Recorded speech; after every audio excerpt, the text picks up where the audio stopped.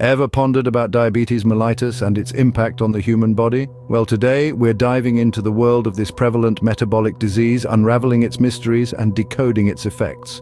Type 1 diabetes mellitus, or T1DM, is the outcome of an autoimmune response that destroys insulin-producing beta cells in the pancreas. This leads to an absolute insulin deficiency. Notably, it often develops during childhood, presenting itself with an acute onset such as diabetic ketoacidosis.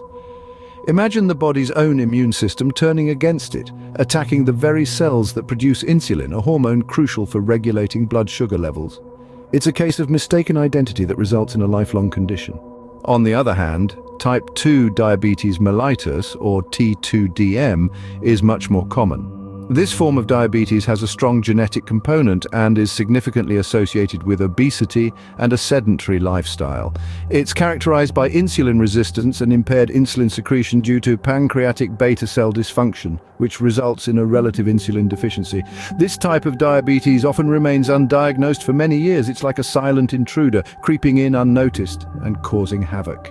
With both types of diabetes mellitus, testing for high blood sugar levels is recommended for patients experiencing classic symptoms. Meanwhile, screening is advised for asymptomatic patients who are at high risk of developing prediabetes or diabetes. These include individuals with obesity and additional risk factors. The diagnosis of diabetes mellitus is based on blood glucose, or HbA1c levels. The primary goal of treatment is blood glucose control tailored to individual glucose targets while avoiding hyperglycemia.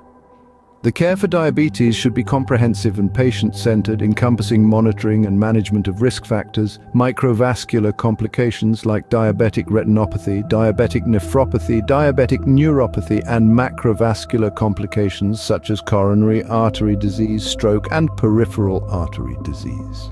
Management should also include general lifestyle modifications such as smoking cessation, exercise, nutritional support, and pharmacotherapy, with medications like anti-hyperglycemics, statins, ACE inhibitors, or angiotensin receptor blockers, and aspirin. To summarize diabetes, mellitus, with its two main types, is a group of metabolic diseases that cause chronic high blood sugar levels. Type 1 diabetes mellitus is an autoimmune disease that destroys insulin-producing cells in the pancreas, leading to absolute insulin deficiency. In contrast, type 2 diabetes mellitus, which is more common, is characterized by insulin resistance and relative insulin deficiency due to pancreatic beta cell dysfunction. The disease's management involves lifestyle modifications and pharmacotherapy, aiming for patient-centered comprehensive care. So remember, early diagnosis and consistent management are key in controlling this complex condition.